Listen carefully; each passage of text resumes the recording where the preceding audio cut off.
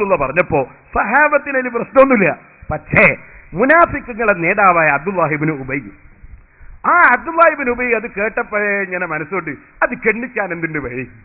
മുഹമ്മദ് പറഞ്ഞല്ലോ മദീനയിൽ ഒരാൾ മരിച്ചിട്ടുണ്ട്, ഇപ്പൊ ചെന്ന് നോക്കിയാ മരിച്ച് കാണുകയും ചെയ്യും. അപ്പൊ മുഹമ്മദിനുള്ള വിശ്വാസം കൂടുകയല്ലേ ചെയ്യുക?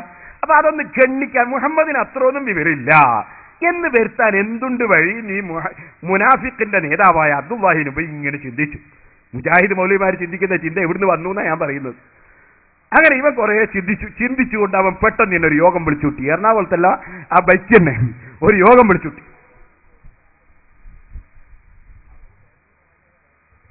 ആ യോഗത്തിൽ കുറച്ചാൾ പങ്കെടുത്തു. ആ യോഗത്തിൽ ഈ അബ്ദുള്ള മൗലവി പ്രസംഗിക്കുകയാണ്.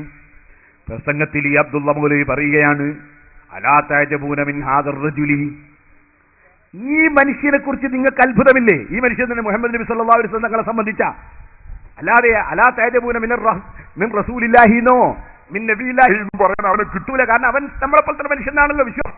അത് അലാ തഅജബൂന മിൻ ഹാദർ റജുലി, ഈ പുരുഷനെ കുറിച്ച് നിങ്ങൾക്ക് അത്ഭുതം ഇല്ലേ എന്നാ ചോദിച്ചു. മുഹമ്മദ് നബി സല്ലല്ലാഹു അലൈഹി വസല്ലം ചോദിച്ചതാ. മുജാഹിദും അങ്ങനെ തന്നെയല്ലേ വിശ്വസിക്കുന്നത്? മുജാഹിദിന്റെ 3-ാം ക്ലാസ്സിലെ പുസ്തകം, 3-ാം ക്ലാസ്സിലെ മദ്രസാ പുസ്തകം, അതിൽ വ്യക്തമായി തന്നെ ഇസ്ലാമിക വിശ്വാസങ്ങൾ പഠിപ്പിക്കാനെന്ന് പറഞ്ഞ് പഠിപ്പിക്കുന്ന പുസ്തകത്തിൽ വ്യക്തമായി തന്നെ പറഞ്ഞത് എന്താ? വ്യക്തമായി പഠിപ്പിക്കുന്നത് തന്നെ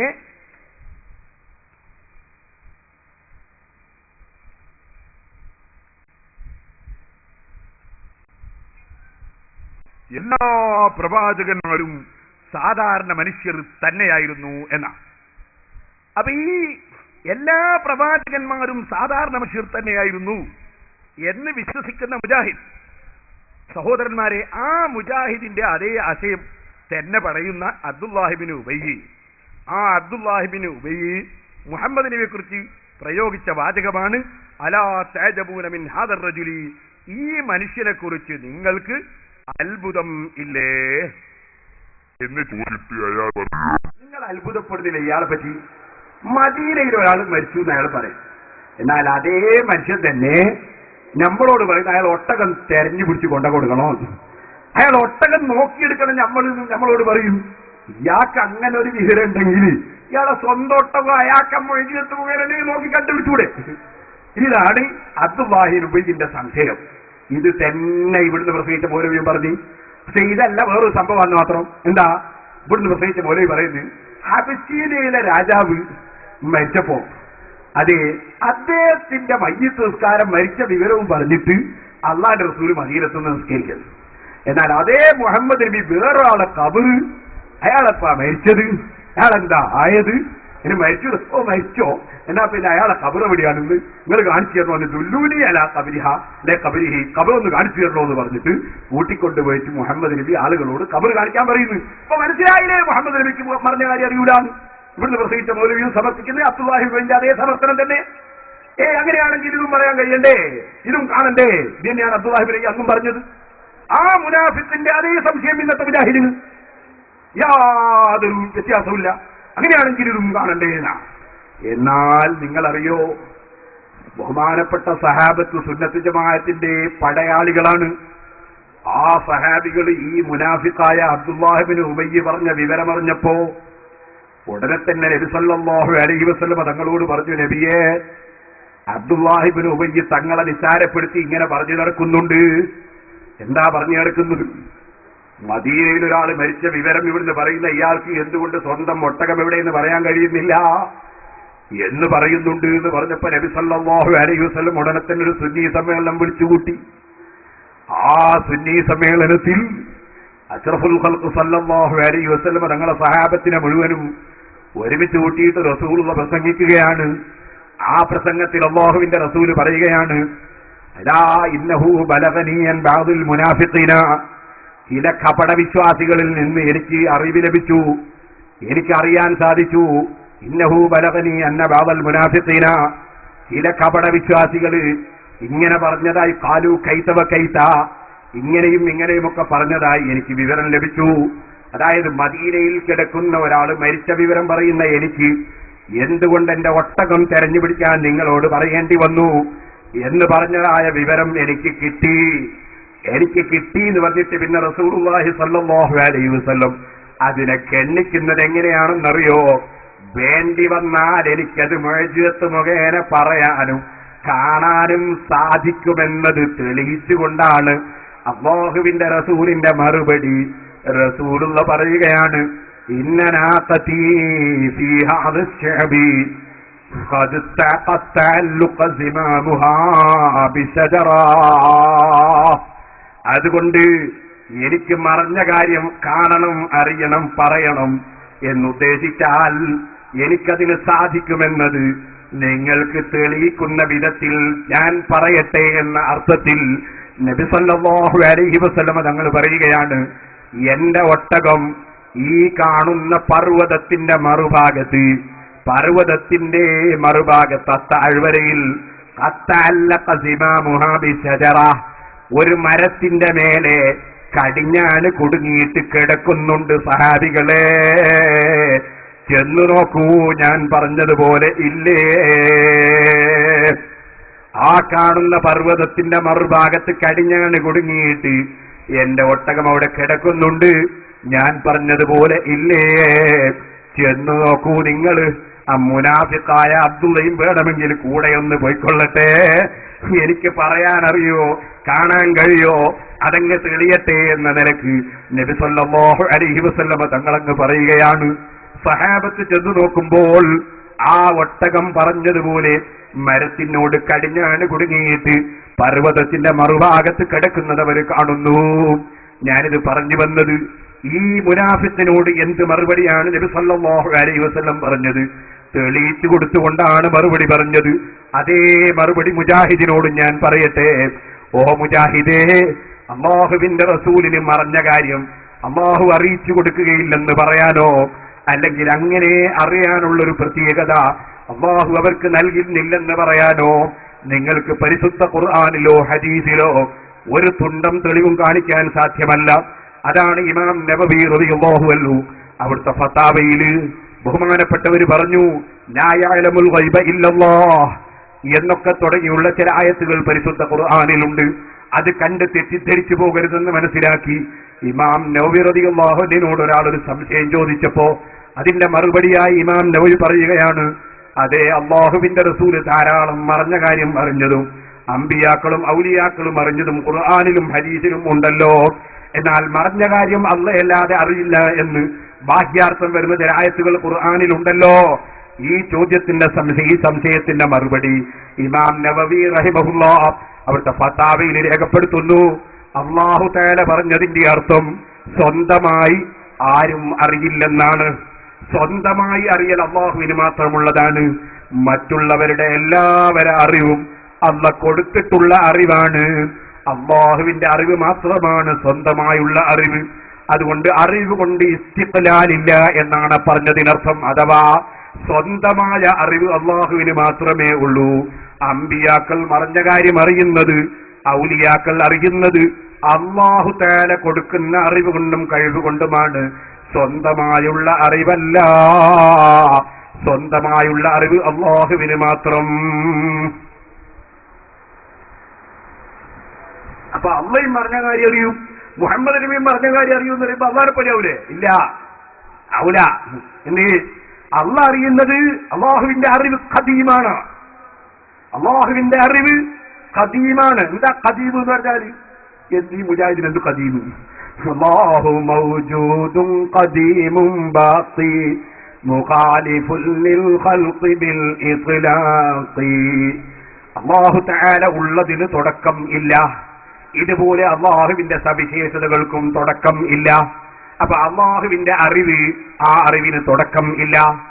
അല്ലാഹു ഉള്ളവനാണ്, അതിന് തുടക്കം ഇല്ല. എന്നാ മുഹമ്മദ് നബിയോ, മുഹമ്മദ് നബി ഉള്ളവരാണ്, പക്ഷേ ആ മുഹമ്മദ് നബിക്ക് തുടക്കം ഉണ്ട്. അല്ലാഹു ഉണ്ടാക്കിയിട്ടുണ്ടായ മുഹമ്മദ് നബിയാണ്. അല്ലാഹുവിന്റെ റസൂലിന് മറഞ്ഞ കാര്യം അറിയാൻ സാധിക്കുന്നുണ്ട്. പക്ഷേ അറിവ് അല്ലാഹുവിന്റെ അറിവ് പോലെ തുടക്കമില്ലാത്ത അറിവല്ല, മറിച്ച് ഹാദിസായ അറിവാണ്. അല്ലാഹ് അറിയിച്ചു കൊടുത്തിട്ട് അറിഞ്ഞ അറിവാണ്. അല്ലാഹ് അറിയിച്ചു കൊടുക്കുന്നത് കൊണ്ടുള്ള അറിവാണ്, അല്ലാതെ തുടക്കമില്ലാത്ത അറിവല്ല. അപ്പൊ മുഹമ്മദ് നബി അറിയുന്ന അറിവ് അത് പുതുതായി ഉണ്ടാകുന്ന അറിവാണ്. അല്ലാഹുവിന്റെ അറിവ് ഖദീമായ തുടക്കമില്ലാത്ത അറിവാണ്. അതുകൊണ്ട് അല്ലാഹുവിന് തുല്യനാകുന്ന പ്രശ്നം വരുന്നേ ഇല്ല. ഏതുപോലെ ഞാൻ കാണുന്നു, അല്ലാഹ് കാണുന്നു. അപ്പൊ അല്ലാഹനെ പോലെ ഞാനുമായി ഇല്ല. എന്റെ കാഴ്ച കണ്ണ് മുഖേനയുള്ള കാഴ്ചയാണ്. അല്ലാഹുവിന്റെ കാഴ്ച കണ്ണ് മുഖേനയുള്ള കാഴ്ചയല്ല. എന്റെ കാഴ്ച അല്ലാഹ് മുഖേനയുള്ള കാഴ്ചയാണ്, കണ്ണുണ്ടായാലും ഇല്ലെങ്കിലും. എന്നാൽ ഈ അല്ലാഹുവിന്റെ കാഴ്ച മറ്റൊരാള് മുഖേന ഉള്ളതല്ല. അല്ലാഹുവിന്റെ കാഴ്ച മറ്റൊരാള് മുഖേന ഉള്ളതല്ല. എന്റെ കാഴ്ച അല്ലാഹ് മുഖേന ഉള്ളതാണ്. ഞാൻ ഉറങ്ങിക്കിടക്കുമ്പോൾ സ്വപ്നം കാണുന്നുണ്ട്, അത് കണ്ണ് മുഖേനയുള്ള കാഴ്ചയല്ല. കാരണം കണ്ണട വെക്കാതെ ഉണർന്നിരിക്കുമ്പോ തന്നെ കാണാത്തവനാണ് ഞാൻ. പിന്നെ എങ്ങനെ ഉറക്കിൽ പേപ്പർ വായിച്ചത്? അത് കണ്ണ് മുഖേനയുള്ള കാഴ്ചയല്ല. പക്ഷെ അല്ലാഹ് തന്നൊരു കാഴ്ചയാണ്. അതും അല്ലാഹ് തന്നത് അല്ലാഹു മുഖേനയാണ്. യഥാർത്ഥത്തിൽ കണ്ണട വെച്ചാലുള്ള കാഴ്ചയും ഉണരുമ്പോഴുള്ള കാഴ്ചയും ഉറക്കിലുള്ള കാഴ്ചയും ഒക്കെ അല്ലാഹ് മുഖേനയാണ്. എന്നാൽ അല്ലാഹുവിന്റെ കാഴ്ച മറ്റൊരാള് മുഖേനയല്ല. ആകയാൽ അല്ലാഹ് അറിയും, നബി അറിയും എന്ന് പറഞ്ഞാൽ രണ്ടും രണ്ടറിവാണ്. അല്ലാഹുവിന്റെ അറിവ് സ്വന്തമായുള്ളതും ഖദീമുമാണ്. അല്ലാഹുവിന്റെ റസൂലിന്റേത് അല്ലാഹ് കൊടുത്തിട്ടുള്ളതാണ്, പുതുതായുള്ളതാണ്. അതുകൊണ്ട് ഒരിക്കലും ആ വിഷയത്തിൽ അല്ലാഹുവിന് പങ്കു ചേർക്കുകയെന്ന പ്രശ്നം ഉദിക്കുന്നേ ഇല്ല. ഇനി ഇവിടെ മൗലവി പറഞ്ഞ വിവരക്കേട് കാര്യമായിട്ട് ഉള്ളതേ ഞാൻ പറയുന്നുള്ളൂ. വിവരക്കേടുണ്ടല്ലോ, തീരെ എടുക്കാൻ പറ്റാത്ത വിവരക്കേട് പറയേണ്ടിയില്ലല്ലോ. മറ്റൊന്ന് പറഞ്ഞത്, യാക്കൂബ് നബി അലൈഹിസ്സലാമിന് യൂസുഫ് നബി അലൈഹിസ്സലാമിന്റെ സഹോദരന്മാര് കൊണ്ടുപോയിട്ട് കൊന്നു കളഞ്ഞു എന്ന് പറഞ്ഞപ്പോ യാക്കൂബ് നബി ഇസ്ലാം അത് വിശ്വസിച്ചുകൂടാ. അപ്പം പറഞ്ഞ കാര്യം അറിയിക്കാൻ വിശ്വസിക്കായിരുന്നു. ഇയാൾക്ക് ആരാ ഈ ചരിത്രം പറഞ്ഞു കൊടുത്തത്? ഖുർആനിലുള്ളത് അങ്ങനെയല്ല. ഖുർആനിലുള്ളത് യാക്കൂബ് നബി വിശ്വസിച്ചിട്ടില്ല എന്ന. ഇയാൾക്ക് ഈ ചരിത്രം ആര് പറഞ്ഞു കൊടുത്തു? എനിക്കറിയില്ല.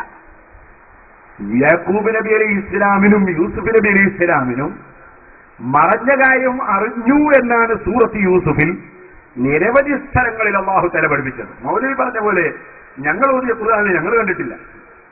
ഈ മൗലവിക്ക് പ്രത്യേക ഖുർആൻ അറിയുന്നുണ്ടോ എന്ന് എനിക്കറിയില്ല. ഖുർആനിലുള്ളത് എന്താ? യൂസുഫ് നബി അലൈഹി സ്വലാത്തു വസ്സലാം, യൂസുഫ് നബി അലൈഹി ഇസ്ലാമിന്റെ ചരിത്രങ്ങളൊക്കെ കഴിഞ്ഞപ്പോ പറഞ്ഞതെന്താ? യാക്കൂബ് നബി ഇസ്ലാം മക്കളോട് പറഞ്ഞു, മക്കള് യൂസുഫ് വേണ്ടങ്ങാതെ ശരിയായിട്ട് ഈ ബാപ്പ കരഞ്ഞിരിക്കണ്ട എന്ന് പറഞ്ഞിരുന്നു. ഹേ യൂസുഫ, നിങ്ങളിങ്ങനെ യൂസുഫിനെയും ഇങ്ങനെ കരഞ്ഞിരിക്കും, പണ്ടെങ്ങാനും ചെന്നായ പിടിച്ചു പോയ യൂസുഫ്. അപ്പോഴൊക്കെ യൂസുഫ് യാക്കൂബ് നബി അലൈഹി ഇസ്ലാമാകുന്ന നബി പറഞ്ഞത് എന്തായിരുന്നു? മക്കളെ, ഇന്നീ അലമു മിനല്ലാഹി മാ ലാ തഅലമൂൻ, നിങ്ങളറിയാത്തത് ഞാൻ അറിയുന്നുണ്ട് മക്കളെ, നിങ്ങളറിയാത്തത് ഞാൻ അറിയുന്നുണ്ട് മക്കളെ. അവസാനം മുഴുവനും വ്യക്തമായി തെളിയിച്ചങ്ങ് കാണിച്ചു കൊടുത്തപ്പോ യാക്കൂബ് നബി ഇസ്ലാം പറഞ്ഞത് എന്താ? ഖാല അലം അഖുൽ ലക്കും ഇന്നി അഅലമു മിനല്ലാഹി മാ ലാ തഅലമൂൻ. ഓ മക്കളെ, ഞാൻ നിങ്ങളോട് പറഞ്ഞിട്ടില്ലേ, ഇന്നി അഅലമു മിനല്ലാഹി മാ ലാ തഅലമൂൻ, നിങ്ങൾ അറിയാത്തത് ഞാൻ അല്ലാഹുവിൽ നിന്ന് അറിയുന്നുണ്ടെന്ന് പറഞ്ഞിട്ടില്ലേ?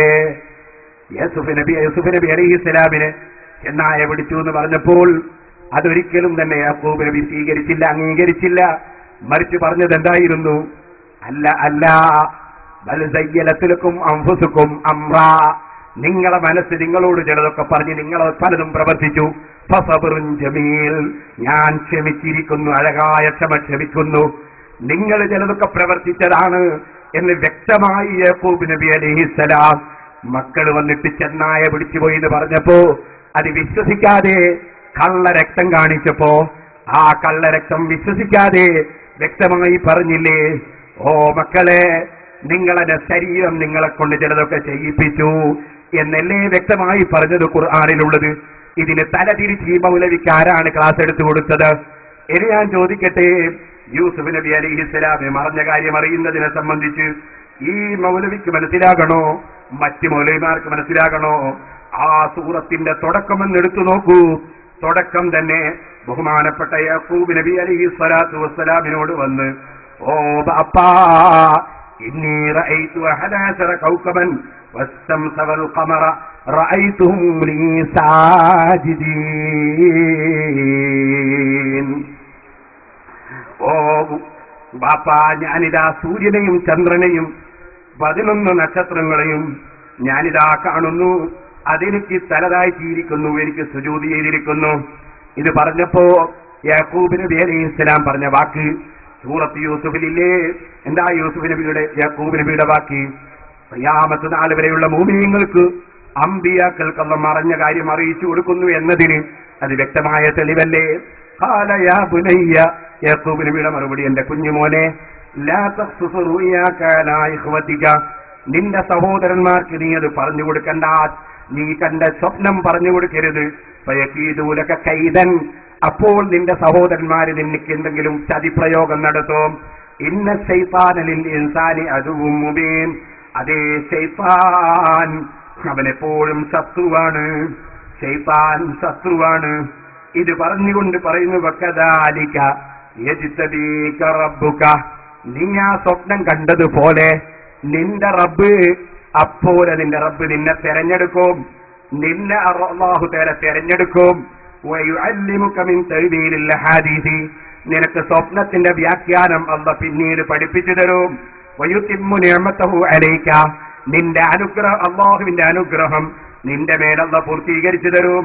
വഅലാ ആലി യാഖൂബ, യാക്കൂബിന്റെ കുടുംബത്തിനും അല്ലാഹു തആല അവന്റെ അനുഗ്രഹം പൂർത്തീകരിച്ചു തരും.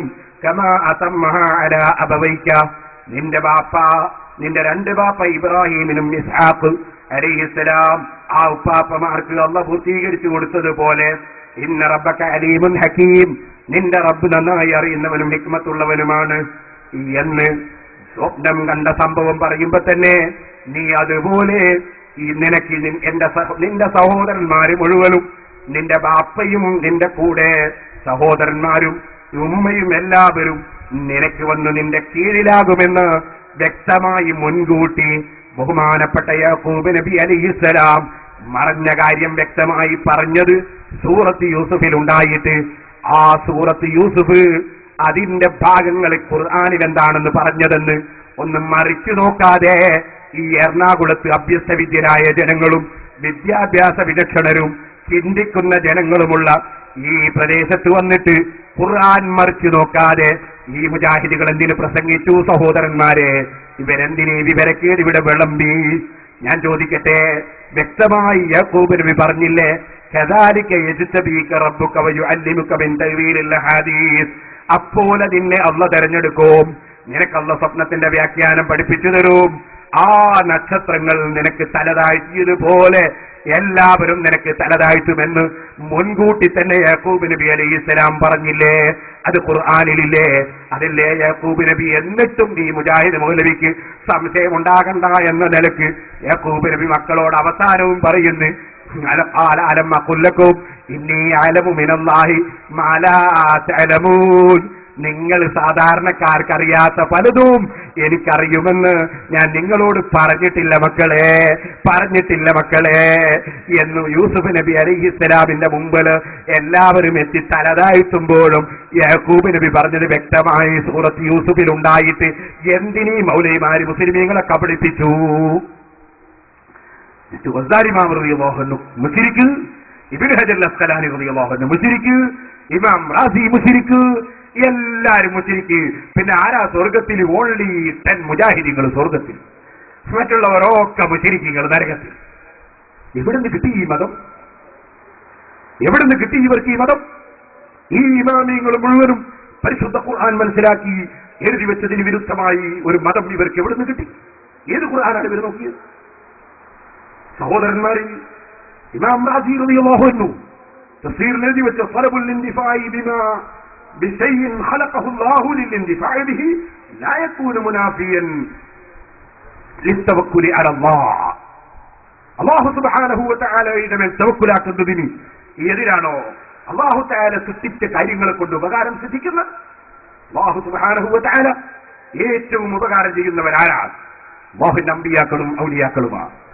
ആ ഔലിയാക്കളെ സംബന്ധിച്ച് ഇമാം ബുഖാരി തന്നെ റിപ്പോർട്ട് ചെയ്ത ഹദീസിൽ കാണാം. എന്താ പറഞ്ഞത്? ഒരു മരത്തിന്റെ ഒരു ഭാഗം അല്ലാഹുവിന്റെ റസൂലിന്റെ അടുക്കൽ കൊണ്ടുവന്നപ്പോ നഫ്ഹുഹാ കനഫ്ഇൽ മുസ്ലിം, അതിന്റെ ഉപകാരം ഒരു മുഅ്മിനായ മുസ്ലിമായ മനുഷ്യന്റെ ഉപകാരം പോലെയാണ്. അതിന്റെ അർത്ഥം എന്താ? ഇബ്നു ഹജർ അസ്ഖലാനി റഹിമഹുല്ലാഹു ഫത്ഹുൽ ബാരിയിൽ എഴുതി വെച്ചു. അതായത് മുസ്തമിറത്തുൻ ഫീ ഹയാത്തിഹി വ ബഅദ മമാതിഹി, മരിച്ചതിന് ശേഷവും മരിക്കുന്നതിന് മുമ്പും ഭൂമിയിലായ മനുഷ്യരെ കൊണ്ടുള്ള ഉപകാരം നിലനിൽക്കുന്നതാ. അതുപോലെ ഈ മരം കൊണ്ടുള്ള ഉപകാരം ഉണങ്ങിയാലും ഉണങ്ങിയില്ലെങ്കിലും നിലനിൽക്കുമെന്നാണ് അല്ലാഹുവിന്റെ റസൂൽ പറഞ്ഞതിന്റെ അർത്ഥമെന്ന് ഇമാം ബുഖാരിയുടെ ഹദീസ് വിവരിച്ചുകൊണ്ട് മിൻഹാജുൽ അസ്ഖലാനി തങ്ങൾ പറഞ്ഞില്ലേ. അപ്പൊ മരണത്തിന് ശേഷവും മുമ്പും മഹാന്മാരെ കൊണ്ട് ഉപകാരം അല്ലാഹു സുബ്ഹാനഹു വ തആല നിശ്ചയിച്ചതാ. ആ നിശ്ചയിച്ച കാരണങ്ങളുമായി ബന്ധപ്പെടുന്നത് എവിടെയാണ് അവിടെ ശിർക്ക് വരുന്നത്, എവിടെയാണ് തകരാറ് വരുന്നത്? ഞാനെന്നാൽ നിങ്ങളോട് പറയട്ടെ, നമ്മളെ മുജാഹിദ് സുഹൃത്തുക്കൾ ഏറ്റവും കൂടുതൽ ബഹുമാനിക്കുന്ന പണ്ഡിതനാണ് ഇബ്നു തൈമിയ്യ. ആ ഇബ്നു തൈമിയ്യ പോലും അദ്ദേഹത്തിന്റെ ഇഖ്തിലാഉ സിറാത്തുൽ മുസ്തഖീം എന്ന ഗ്രന്ഥത്തിൽ എഴുതി വെച്ചു, മുഹമ്മദ് നബി സല്ലല്ലാഹു അലൈഹി വസല്ലം തങ്ങളുടെ ഖബറിന്റെ സമീപത്ത് ചെന്ന് ഒരാൾ സഹായം ചോദിച്ചു. അങ്ങനെ സഹായം ചോദിച്ചപ്പോൾ അല്ലാഹുവിന്റെ റസൂൽ ഖബറിൽ നിന്ന് സഹായം നൽകി. ഇബ്നു തൈമിയ്യ എഴുതി വെക്കാൻ, ഇബ്നു തൈമിയ്യക്കാൻ വലിയൊരു പണ്ഡിതനില്ല.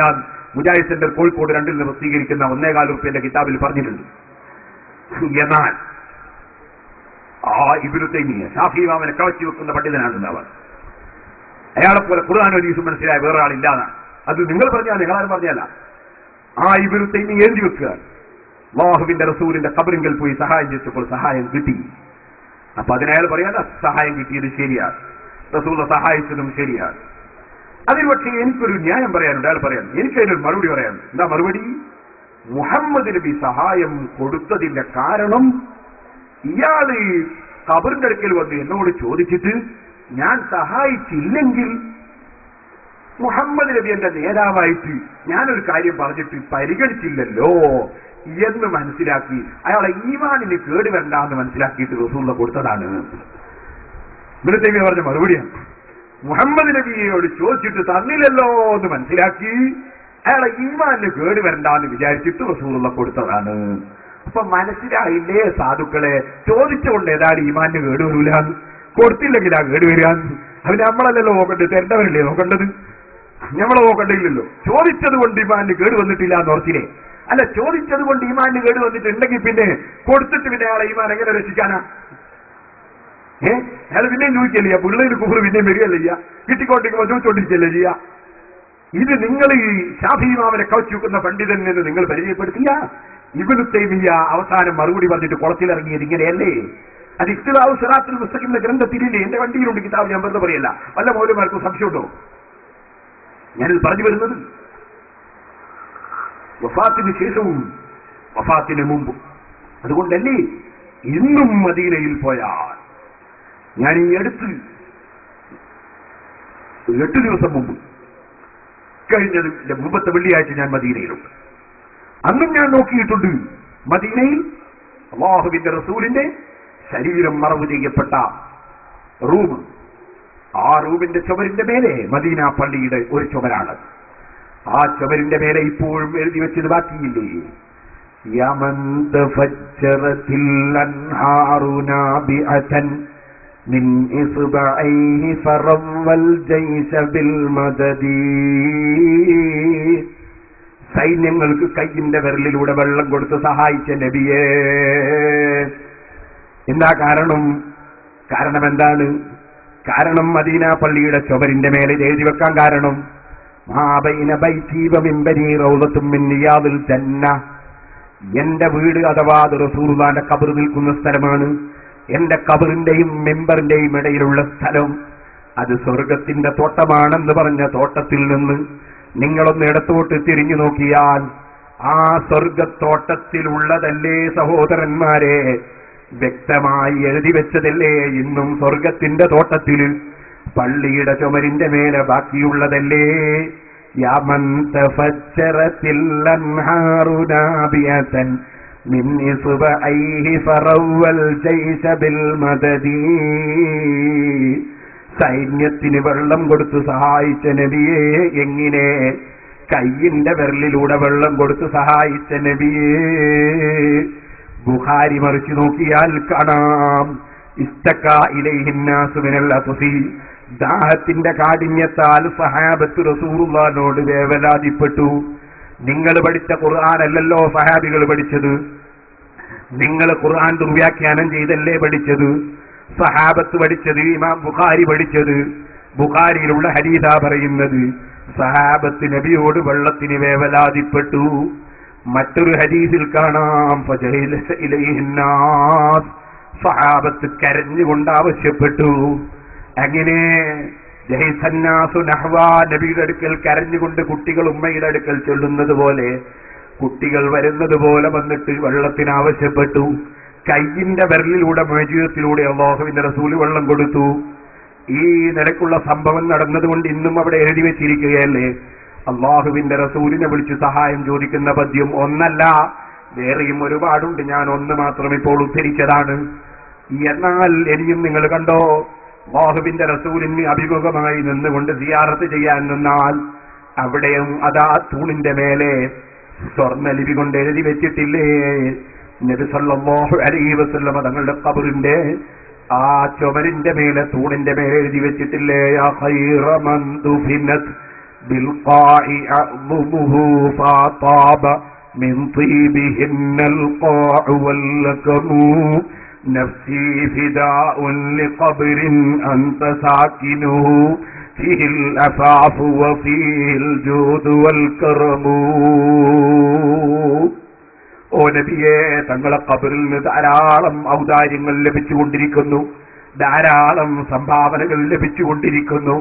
ഞാനിതാ എന്റെ ശരീരം അങ്ങയുടെ ഖബറിന് സമർപ്പിക്കുന്നു നബിയേ എന്ന് പറയുന്ന പദ്യം ഇപ്പോഴും മദീനയിൽ അവിടുത്തെ ഖബറിന്റെ ചുമരിന്റെ മേലെ എഴുതി വെച്ചിട്ടില്ലേ. നിങ്ങളാളുകൾ യാ അല്ലാഹു യാ മുഹമ്മദ് എന്ന സ്ഥലത്ത് യാ മുഹമ്മദ് എന്ന യായുടെ നീളമുള്ള ഭാഗം മുറിച്ചു കളഞ്ഞിട്ടു പിന്നെ നോക്കുമ്പോൾ ഒരു വാക്കും പിന്നെ ഒരു മുഹമ്മദും ബാക്കിയായി. അത് ഞങ്ങൾ എടുത്തു പറഞ്ഞപ്പോ ഇപ്പോൾ യാ മുഹമ്മദ് എന്ന് യാ മജീദ് എന്നാക്കി മാറ്റിയിട്ടുണ്ടെങ്കിലും ഇതൊന്നും ഇപ്പോഴും മാറ്റാതെ ബാക്കിയുണ്ടല്ലോ, തിരിമറികൾക്ക് വിധേയമാകാതെ ബാക്കിയുണ്ടല്ലോ. ഇനി ഞാൻ നിങ്ങളോട് പറയട്ടെ, അത് വെറും മദീനയുടെ ചുമരിന്റെ മേലെ മാത്രമാണോ? ഇമാം നബവി റളിയല്ലാഹുവിന്റെ ഇളാഹിലില്ലേ, നിങ്ങൾ ഒന്നിനൊന്ന് എടുത്തു പറയുന്ന ഇബ്നു കസീറിന്റെ തഫ്സീറിലില്ലേ, അവരൊക്കെ ശിർക്ക് പ്രചരിപ്പിക്കുന്ന പണ്ഡിതന്മാരാണോ? ഇബ്നു കസീർ ശിർക്ക് പ്രചരിപ്പിക്കുന്ന പണ്ഡിതനാണെങ്കിൽ ആ ഇബ്നു കസീർ നിലത്ത് വെച്ചിട്ട് അവിടെ മേശപ്പുറത്ത് വെച്ചിട്ടല്ലേ നിങ്ങൾ സംസാരിക്കേണ്ടത്? നിങ്ങൾ എന്തിന് ഇബ്നു കസീറിന്റെ വാചകങ്ങൾ ഉദ്ധരിക്കണം? നിങ്ങൾ എന്തിന് ഇമാം നബവിയുടെ വാചകങ്ങൾ പറയണം? അവരൊക്കെ മുശ്രിക്കീങ്ങളല്ലേ നിങ്ങളെ കാഴ്ചയിൽ? സഹോദരന്മാരെ, ഞാൻ നീട്ടി സംസാരിക്കുന്നില്ല, ഞാൻ ചുരുക്കി പറയട്ടെ. വലൗ അന്നഹും ഇളലമു അൻഫുസഹും ജാഊക ഫസ്തഗ്ഫിറുല്ലാഹ വസ്തഗ്ഫറ ലഹുർ റസൂലു ലവജദുല്ലാഹ തവ്വാബർ റഹീമാ. ഈ ആയത്തിന് ഇബ്നു കസീർ പറഞ്ഞ അർത്ഥമെന്താ? വലൗ അന്നഹും ഇളലമു അൻഫുസഹും ജാഊക ഫസ്തഗ്ഫിറുല്ലാഹ വസ്തഗ്ഫറ ലഹുർ റസൂൽ ലവജദുല്ലാഹ തവ്വാബർ റഹീമാ. ഈ ആയത്തിന് ഇബ്നു കസീർ പറഞ്ഞ അർത്ഥമെന്താ? നിങ്ങൾ സാധാരണ പൊക്കിപ്പിടിക്കുന്ന ആളല്ലേ ഇബ്നു കസീർ. ആ ഇബ്നു കസീർ പറഞ്ഞ അർത്ഥം എന്താണ്? യുർശിദു തആല, അല്ലാഹു തആല നിർദ്ദേശം നൽകുന്നു, അൽ ഉസാത വൽ മുദ്നിബീന, പാപികളായ ആളുകൾക്ക് അൻ യതു ഇലർ റസൂലി, അവർ റസൂലിലേക്ക് വരണമെന്ന് സല്ലല്ലാഹു അലൈഹി വസല്ലം, ഫയസ്തഗ്ഫിറുല്ലാഹ ഇൻദഹു, എന്നിട്ട് അവര് അല്ലാഹുവിന്റെ റസൂലിന്റെ അടുക്കൽ നിന്ന് അല്ലാഹുവിനോട് മാപ്പ് ചോദിക്കണം. വസഅലൂഹു അൻ യസ്തഗ്ഫിറ ലഹും, അതിന്റെ പുറമെ ആ വന്നവർ നബിയോടും ചോദിക്കണം. അൻ യസ്തഗ്ഫിറ ലഹും, അവരുടെ പാപം പുറത്തു കൊടുക്കാൻ വേണ്ടി അല്ലാഹുവിനോട് ആവശ്യപ്പെടാൻ, റെക്കമെൻഡ് ചെയ്യാൻ നബിയോടും അവരാവശ്യപ്പെടണം. ഫഇന്നഹും ഇദാ ഫഅലൂ ദാലിക, അങ്ങനെ അവർ അല്ലാഹുവിനോട് പൊറുക്കലിനെ ചോദിക്കുകയും അല്ല പൊറുത്തു തരാൻ വേണ്ടി നബിയെ തങ്ങളൊന്ന് റെക്കമെൻഡ് ചെയ്യണമെന്ന് നബിയോടവർ പറയുകയും ചെയ്താൽ താബല്ലാഹു അലൈഹിം, അല്ലാഹ് അവരെ തൗബ സ്വീകരിക്കും. വറഹിമഹും, അല്ലാഹ് അവർക്ക് റഹ്മത്ത് ചെയ്യും.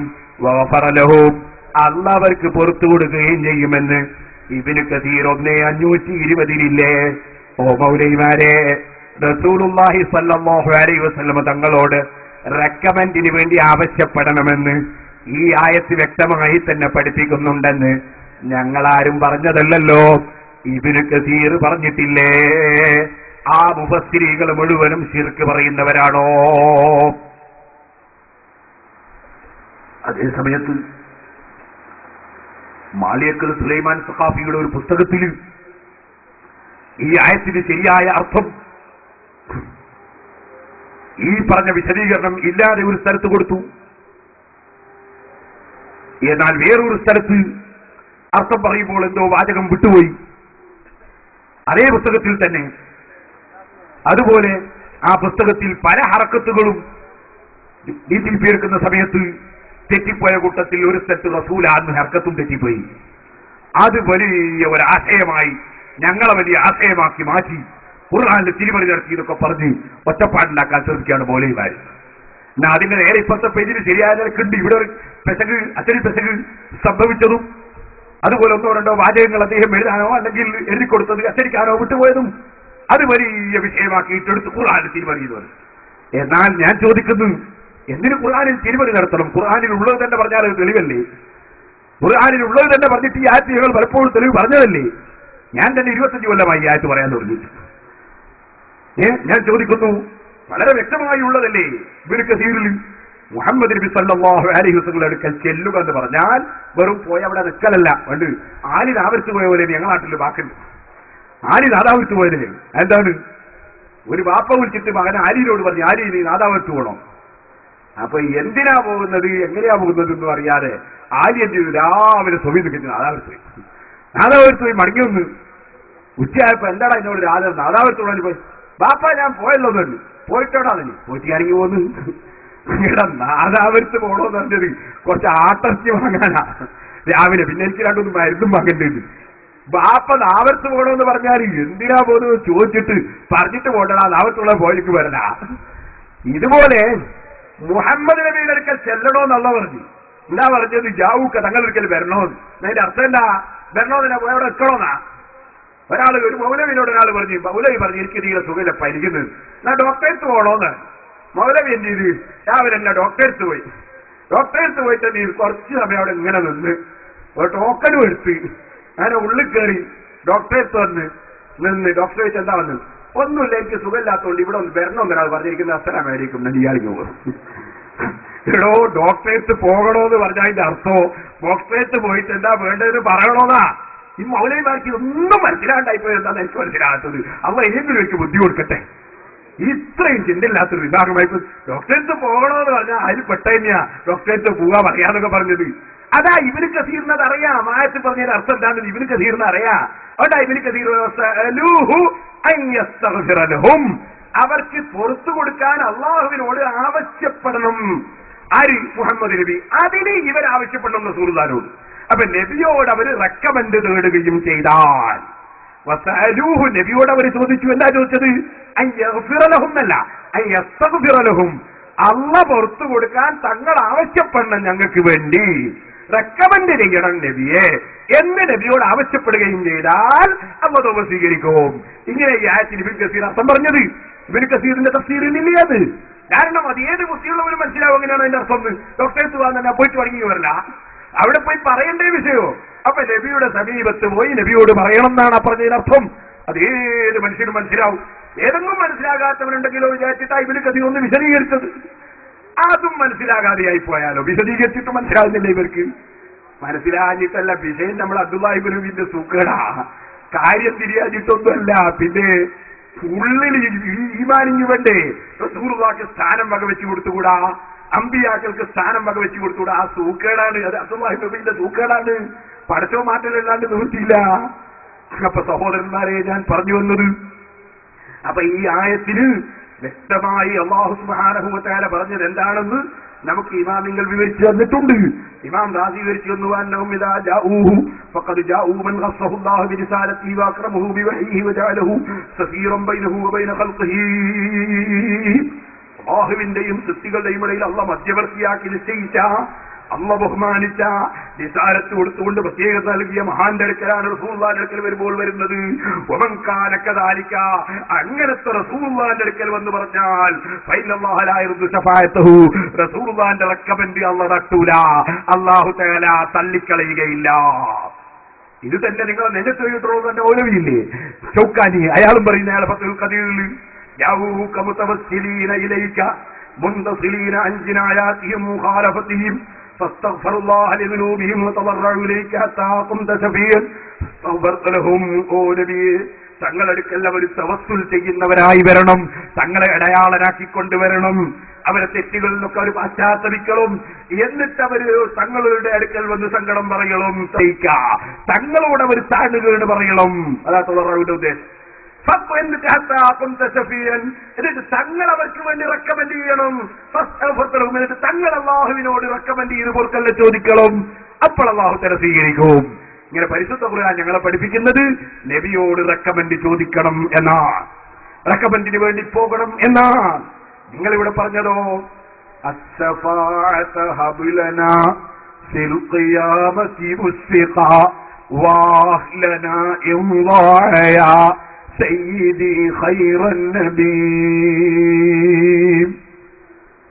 ഓ നബിയെ ഞങ്ങൾക്ക് റെക്കമെൻഡ് വേണം, ഓ നബിയെ ഞങ്ങൾക്ക് തങ്ങളെ റെക്കമെൻഡ് വേണം. തങ്ങളെ റെക്കമെൻഡ് നഷ്ടപ്പെട്ടു പോയാൽ അതിന് പരിഹാരമില്ല. ഈ അർത്ഥത്തിലുള്ള പദ്യം മുസ്ലിമീങ്ങൾ ചൊല്ലുന്നത് കൊണ്ട്, സൈനുദ്ദീൻ മഖ്ദൂം റളിയല്ലാഹു അൻഹു ചൊല്ലിയത് കൊണ്ട്, ഉമർ ഖാദി റഹിമഹുല്ല ചൊല്ലിയത് കൊണ്ട്, മമ്പർത്ത തങ്ങൾ ചൊല്ലിയത് കൊണ്ട്, ഈ കേരളത്തിൽ ജീവിച്ചുപോയ ഔലിയാക്കളും ആരിഫീകളും ഈ പദ്യം ചൊല്ലിയത് കൊണ്ട്, കണ്യത്ത് ഉസ്താദ് ഈ പദ്യം ചൊല്ലിയത് കൊണ്ട്, സുബ്ഹാനകരപ്പള്ളി ഉസ്താദ് ഈ പദ്യം ചൊല്ലിയത് കൊണ്ട്, മങ്കൂസ് മൗലിദിലെ ഈ പദ്യം ചൊല്ലിയതുകൊണ്ട് നമുക്കാർക്കും അള്ളാഹ് ശഫാഅത്ത് തരൂലാന്ന് മുജാഹിദ് പാസാക്കിയിരിക്കുന്നു. ഓ മുജാഹിദേ, പടച്ചവന്റെ ഫയലൊക്കെ നിങ്ങൾക്ക് ഒപ്പിടാൻ വേണ്ടി തന്നിരിക്കുകയാണോ? ഞാൻ ചോദിക്കട്ടെ, അള്ളാഹ് ഖുർആനിൽ എന്നാ പറയുന്നത് എന്താണെന്നറിയോ? ഓ നബിയേ, ഫഅലം അന്നഹു ലാ ഇലാഹ ഇല്ലല്ലാഹ്, ലാ ഇലാഹ ഇല്ലല്ലാഹ് എന്ന് ഉറപ്പിച്ചോളണം. അത് പറഞ്ഞ ഉടനെ പറയുന്ന വാക്ക് അസ്തഗ്ഫിർ ലിദംബിക വലിൽ മുഅ്മിനീന വൽ മുഅ്മിനാത്ത്. നബിയെ അങ്ങയ്ക്ക് ദോഷം വരാതിരിക്കാൻ വേണ്ടി, ഓ നബിയെ അങ്ങയ്ക്ക് ദോഷം വരാതിരിക്കാൻ വേണ്ടി, ഇത് ഒരു തഫ്സീറാണ്. മറ്റൊരു തഫ്സീർ ഇമാം റാസി പറയുന്ന അങ്ങയുടെ കുടുംബത്തിന് സംഭവിക്കുന്ന ദോഷം പുറത്തു കിട്ടാൻ വേണ്ടി വലിൽ മുഅ്മിനീന വൽ മുഅ്മിനാത്ത്, ഈമാനുള്ള പുരുഷന്മാർക്ക് വേണ്ടിയും ഈമാനുള്ള സ്ത്രീകൾക്ക് വേണ്ടിയും അവരെ ദോഷം പുറത്തു കൊടുക്കാൻ തങ്ങൾ റെക്കമെൻഡ് ചെയ്യണം നബിയേ, ശഫാഅത്ത് പറയണം നബിയേ. അപ്പൊ പാപികളെ ദോഷം പുറത്തു കൊടുക്കാൻ അല്ലാഹു തന്നെ പറയുന്ന നബിയേ തങ്ങൾ പറയണം. തങ്ങൾ പറഞ്ഞാലേ ഞാൻ പുറത്തു കൊടുക്കുന്നുള്ളൂ. അള്ളാന്റെ തീരുമാനമാണ്, അള്ളാന്റെ തീരുമാനമാണ്. ആ തീരുമാനം മാറ്റിയെഴുതിക്കാൻ നിങ്ങളെ കൊണ്ട് കഴിയോ മുജാഹിദുകളെ? ഖുർആനിലെ ഈ ആയത്ത് നിങ്ങളെ കൊണ്ട് നിഷേധിക്കാൻ കഴിയോ? ഖുർആനിൽ അല്ലാഹ് പറഞ്ഞതല്ലേ മുഅ്മിനീങ്ങളുടെയും മുഅ്മിനാത്തുകളെയും ദോഷം പൊറുക്കാൻ നബിയെ തങ്ങൾ എന്നോട് പറയണം, തങ്ങൾ എന്നോട് റെക്കമെൻഡ് ചെയ്യണം. ആ റെക്കമെൻഡ് ഞങ്ങൾക്ക് വേണ്ടി ചെയ്യണമെന്ന് ഞങ്ങൾ റസൂലുള്ളാഹി സ്വല്ലല്ലാഹു അലൈഹി വസല്ലം തങ്ങളോട് പറയുന്നത്. റസൂലുള്ളാഹിനെ സമീപിക്കാനും പറയാനും പാപികളോട് അല്ലാഹു നിർദ്ദേശം നൽകിയെന്ന് ഈ ആയത്ത് വിവരിച്ചുകൊണ്ട് ഇബ്നു കസീർ അദ്ദേഹത്തിന്റെ തഫ്സീർ ഇബ്നു കസീറിന്റെ 1-ാം വാല്യം 520-ാം പേജിലും ഇമാം റാസി 10-ാം വാല്യം 130-ാം പേജിലും നിങ്ങളെ ശൗക്കാനി ഫത്ഹുൽ ഖദീറിന്റെ 1-543-ലും അങ്ങനെ മുഴുവൻ തഫ്സീറുകളിലും പണ്ഡിതന്മാർ ഈ ആയത്ത് വിവരിച്ചുകൊണ്ട് എഴുതി വെച്ചത് കൊണ്ടാണ്. അതുകൊണ്ട് ഞാൻ നിങ്ങളോട് ഓർമ്മപ്പെടുത്തട്ടെ, നിങ്ങൾ എന്താണ് ഖുർആൻ എന്ന് പഠിച്ചില്ല, നിങ്ങൾ എന്താണ് ഹദീസ് എന്ന് പഠിച്ചില്ല, എന്താണ് ഇസ്ലാം എന്ന് പഠിച്ചില്ല. പഠിക്കാതെ പഠിച്ചു കഴിഞ്ഞുപോയ മഹാന്മാരെ നിങ്ങൾ വിമർശിച്ചു. അപ്പൊ നിങ്ങൾ ചിലപ്പോൾ പറയും, മക്കാ മുശ്രിക്കുകളും പറഞ്ഞിരുന്നത് ഹൗലായി സഫാഉനാ ഇൻദല്ലാഹ്, അള്ളാന്റെ അടുക്കൽ ഞങ്ങളെ ശുപാർശക്കാരാണെന്ന് മക്കാ മുശ്രിക്കുകൾ അവരെ ദൈവങ്ങളെ കുറിച്ച് പറഞ്ഞിരുന്നു. ഓ മക്കളെ, അത് നിങ്ങൾ വെറുതെ ഞങ്ങളെ മുമ്പിൽ പറയണ്ട. മക്കാ മുശ്രിക്കുകൾ ലാ ഇലാഹ ഇല്ലല്ലാഹ് എന്ന് വിശ്വസിച്ചവരല്ല, അല്ലാഹുവിന് കൂറുകാരില്ലെന്ന് പ്രഖ്യാപിച്ചവരല്ല. ഞങ്ങൾ ലാ ഇലാഹ ഇല്ലല്ലാഹ്, അല്ലാഹുവല്ലാതെ ദൈവമില്ല, ലാ ശരീക ലഹ് വഹ്ദഹു ലാ ശരീക ലഹ്, അല്ലാഹു ഏകനാണ്, ലാ ശരീക ലഹ്, അല്ലാഹുവിന് ഒരു നിലക്കും ഒരു കൂറുകാരനുമില്ല. ഇത് ഉറക്കെ പ്രഖ്യാപിച്ചവരാണ് ഞങ്ങൾ. അതേസമയത്ത് മക്കാ മുശ്രിക്കുകളോ അവർ തൽബിയത്ത് ചൊല്ലിയത് തന്നെ ലബ്ബൈക അല്ലാഹുമ്മ ലബ്ബൈക ലബ്ബൈക ലാ ശരീക ലക ഇല്ലാ ശരീകൻ ഹുവ ലക തംലികുഹു വമാ മലക. സുന്നികളെ തൽബിയത്ത് അങ്ങനെയല്ല, ലാ ശരീക ലക, നിനക്ക് ഒരു നിലക്കും ഒരു കൂറുകാരനുമില്ലെന്നാണ്. നേരെ മറിച്ച് മക്കാ മുശ്രിക്കുകൾ ചൊല്ലിയത് തന്നെ നിനക്ക് ചില കൂറുകാരുണ്ടെന്നാണ്. പക്ഷെ ആ കൂറുകാർ നിന്റെ കസ്റ്റഡിയിലാണെന്ന് മാത്രം. മുഖ്യമന്ത്രിയുടെ കസ്റ്റഡിയിൽ മറ്റ് മന്ത്രിമാരുണ്ടാകുന്നത് പോലെ അതെ, മുഖ്യമന്ത്രിയുടെ കസ്റ്റഡിയിൽ മറ്റ് മന്ത്രിമാരുണ്ടാകുന്നത് പോലെ, പ്രധാനമന്ത്രിയുടെ കസ്റ്റഡിയിൽ ക്യാബിനറ്റ് മന്ത്രിമാരുണ്ടാകുന്നത് പോലെ പരമേശ്വരന്റെ കസ്റ്റഡിയിൽ കുറെ ദൈവങ്ങളെന്ന വിശ്വാസമാണ് അവർക്കുണ്ടായിരുന്നത്. ആ വിശ്വാസമുള്ള ആളുകൾ അവര് പറഞ്ഞിരുന്നത് പടച്ചവന് കൂറുകാരുണ്ടെന്നാണ്, ഇല്ലെന്നല്ല. അതുകൊണ്ട് ഖുർആനിൽ അല്ലാഹു തആല ഓരോ സ്ഥലത്തും അവരല്ലാഹുവിന് കൂറുകാരെയാണ് ആക്കിയത്. അല്ലാഹുവിന് അമ്പിയാക്കളെയല്ല ആക്കിയത്, ഔലിയാക്കളെയല്ല ആക്കിയത്. ഞങ്ങളാക്കിയത് മുഅ്ജിസത്തുള്ള അമ്പിയാക്കളെയാണ് ഞങ്ങൾ വിശ്വസിച്ചത്, അതുപോലെ കറാമത്തുള്ള ഔലിയാക്കളിലാണ് ഞങ്ങൾ വിശ്വസിച്ചത്. അല്ലാഹുവിന്റെ കൂറുകാരിൽ ഞങ്ങൾ വിശ്വസിച്ചിട്ടില്ല. ക്രിസ്ത്യാനികൾ വിശ്വസിച്ചതുപോലെയല്ല. ക്രിസ്ത്യാനികൾ ഈസാ നബിയിലല്ല വിശ്വസിച്ചത്, ഈസാ ദൈവത്തിലാ വിശ്വസിച്ചത്. ഇത് നമ്മളെ മൗലവിമാര് പഠിക്കണം. ഈസാ നബിയിലല്ല വിശ്വസിച്ചത് ക്രിസ്ത്യാനികള്, അവര് വിശ്വസിച്ചത് ഈസാ ദൈവത്തിലാണ്, ഈസാ ദൈവപുത്രനിലാണ്. ഞങ്ങൾ വിശ്വസിച്ച ദൈവപുത്രനിലല്ല, ദൈവത്തിലല്ല, ദൈവത്തിന്റെ അവതാരത്തിലല്ല. ഞങ്ങൾ വിശ്വസിച്ചത് ദൈവം ഇല്ലാഹു അള്ളയല്ലാതെ ഇല്ല, അള്ള ഏകനാണ്. അല്ലാഹുവിന് ഒരു വിധത്തിലും ഒരു വിഷയത്തിലും കൂറുകാരില്ല. വഹ്ദഹു ലാ ശരീക ലഹ്. പിന്നെ അല്ലാഹുവിന് അമ്പിയാക്കളുണ്ട്. അമ്പിയാക്കൾക്ക് അല്ലാഹു തആല സാധാരണ കഴിവ് കൊടുക്കുന്നുണ്ട്. ഔലിയാക്കളുണ്ട്, അവർക്ക് അല്ലാഹു സാധാരണ കഴിവ് കൊടുക്കുന്നുണ്ട്. അമ്പിയാക്കൾ ഔലിയാക്കളെ ദുആ സാധാരണ ദുആയല്ല. അതുകൊണ്ട് അവരെ റെക്കമെന്റ് ഞങ്ങൾക്ക് വേണം, അവരെ മുഅ്ജിസത്ത് കറാമത്തിലൂടെയുള്ള സഹായം ഞങ്ങൾക്ക് വേണം. അതെല്ലാം അല്ലാഹു കൊടുക്കുന്നത് തന്നെയാണ്. അതുകൊണ്ട് മുഴുവനും അല്ലാഹുവിങ്കൽ നിന്ന് തന്നെയാണ്. വമാ ബികും മിൻ നിഅമത്തിൻ ഫമിനല്ലാഹ്. എന്ത് കിട്ടുന്നുണ്ടെങ്കിലും അല്ലാഹുവിങ്കൽ നിന്ന് തന്നെയാണ്. അല്ലാഹു തആല ഞങ്ങൾക്ക് വെച്ച കാരണമാണ് അമ്പിയാക്കളെ വിളിക്കുക, ഔലിയാക്കളോട് പറയുക. ഇതുകൊണ്ടാണ് ഓ മുജാഹിദേ, അല്ലാഹുവിന്റെ റസൂലിനോട് റബീഅത്ത് ബിൻ കഅബിൽ അസ്ലമി റളിയല്ലാഹു അൻഹു പച്ചയായി പറഞ്ഞില്ലേ, അസ്അലുക മുറാഫഖതക ഫിൽ ജന്ന. നബിയേ, സ്വർഗ്ഗത്തിൽ അങ്ങയോടുകൂടെ കൂട്ടായി ജീവിക്കാനുള്ള ഉന്നതമായ പദവി ഞാൻ അങ്ങയോട് തേടുന്നു നബിയേ. സ്വർഗ്ഗത്തിലുള്ള പദവി തേടുന്നു എന്നാണ് പറഞ്ഞത്. അതുകൊണ്ട് റബീഅത്ത് ബിൻ കഅബിൽ അസ്ലമി ഷഹാദത്ത് കലിമയിൽ ഇസ്ലാമിലേക്ക് വരേണ്ടി വന്നില്ല. കാരണം റസൂലുള്ളാഹി സ്വല്ലല്ലാഹു അലൈഹി വസല്ലം തങ്ങൾക്ക് അല്ലാഹു കൊടുക്കുന്ന പവറിനാൽ സ്വർഗത്തിലെ സ്ഥാനം അല്ലാഹുവിന്റെ റസൂൽ കൊടുത്താൽ അത് ശിർക്കല്ല, കൊടുക്കുമെന്ന വിശ്വാസവും ശിർക്കല്ല. ഇനി നിങ്ങൾ കണ്ടിട്ടില്ലേ, അല്ലാഹുവിന്റെ റസൂലിന്റെ മുമ്പിൽ അങ്ങ് കാണുന്നു അബൂ മസ്ഊദ് റളിയല്ലാഹു അൻഹു ഒരു അടിമയെ അടിക്കുന്നു. ആ അടി കിട്ടിയിട്ട് നിവൃത്തിയില്ലാതിട്ട് അഊദു ബില്ലാഹ് അല്ലാഹനെ കൊണ്ട് കാക്കുന്നു, അല്ലാഹനെ വിളിച്ച് കാവൽ ചോദിക്കുന്നു. അടി നിൽക്കുന്നില്ല. അടി നിൽക്കാതെയായപ്പോ ഈ അടിമ എന്ത് ചെയ്തു? അഊദു ബിറസൂലില്ലാഹ്, അല്ലാഹുവിന്റെ റസൂലിനെ കൊണ്ട് കാക്കുന്നു എന്നങ്ങ് പറഞ്ഞു. അതോടുകൂടെ തന്നെ അതാ ആ അടിമയെ അടിക്കുന്നത് നിർത്തണം എന്ന് അല്ലാഹു തആല അബൂ മസ്ഊദിന്റെ മനസ്സിലങ്ങ് തോന്നിപ്പിച്ചു കൊടുത്തു.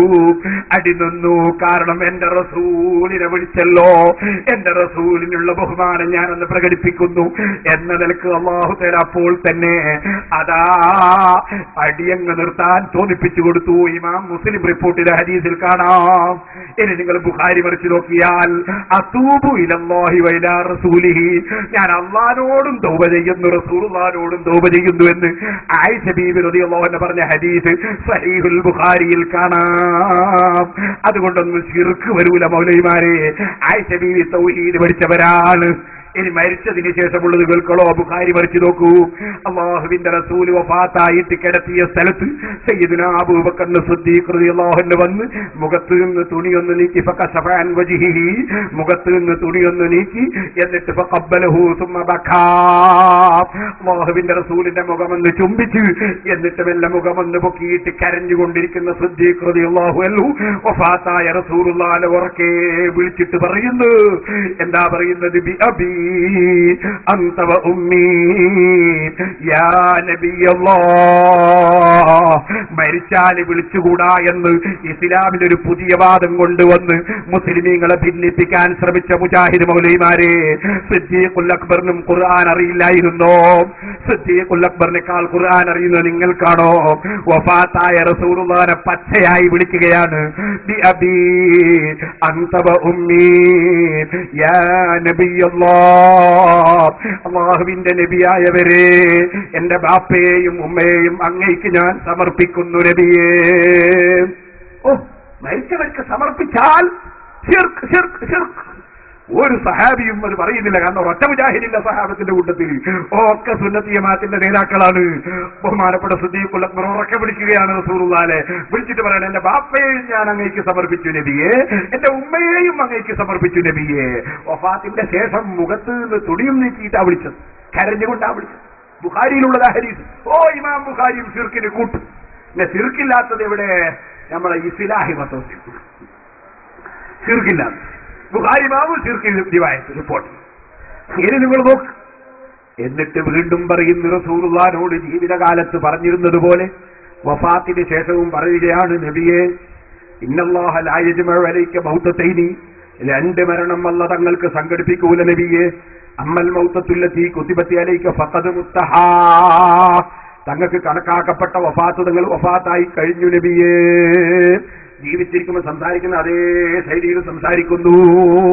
കാരണം അല്ലാഹുവിന്റെ റസൂൽ അങ്ങനെയാ പഠിപ്പിച്ചു കൊടുത്തത്. മരിച്ചവരോട് സംസാരിക്കുമ്പോൾ ജീവിച്ചിരിക്കുന്നവരോട് സംസാരിക്കുമ്പോൾ തന്നെയാണ് സംസാരിക്കേണ്ടത്. എന്നെക്കാളും കുറച്ചും കൂടി ഉഷാറാക്കണമെന്നാ കണ്ടിട്ടില്ലേ നിങ്ങൾ?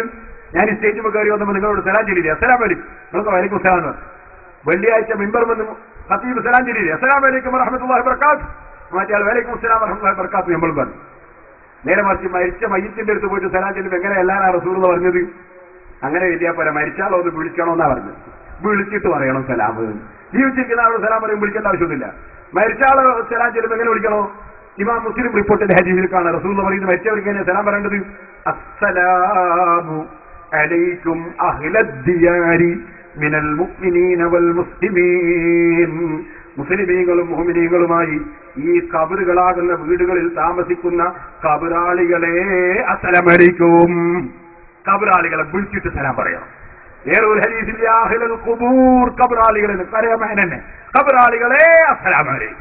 ഖബറിലുള്ളവരെ വിളിക്കരുത്. മുജാഹിദ് ഉണ്ടാക്കിയതല്ലേ, റസൂൽ അങ്ങനെ നിയമം ഉണ്ടാക്കില്ല. റസൂൽ പറഞ്ഞ ഖബറിലുള്ളവരെ വിളിച്ചിട്ട് സലാം പറയണോ? ജീവിച്ചിരിക്കുന്നവരെ വിളിച്ച് സലാം പറയുന്നത്. ഒരു മൗലവി എത്ര മൗലവിനെ കണ്ടാൽ മൗലവി അസ്സലാം അലൈക്കും, മൗലവി വലൈക്കും സലാം എന്ന് പറയുന്നുണ്ടോ? ഇല്ല. ജീവിച്ചിരിക്കുന്നവരോട് സലാം പറയുമ്പോൾ വിളിക്കണ്ട, മരിച്ചവരോട് സലാം പറയുമ്പോൾ വിളിച്ചിട്ട് സലാം പറയണമെന്നാണ് റസൂൽ പഠിപ്പിച്ചത്. നിങ്ങൾക്ക് എവിടുന്നാണ് ഈ മതം കിട്ടിയെന്ന് ഞാൻ ചോദിക്കുന്നു. ഇനി നിങ്ങൾ നോക്കൂ, ഇനി എന്ത് പറയണം? വൈനാ ഇൻഷാ അല്ലാഹു ബിക്കും ലാഹിഖൂൻ.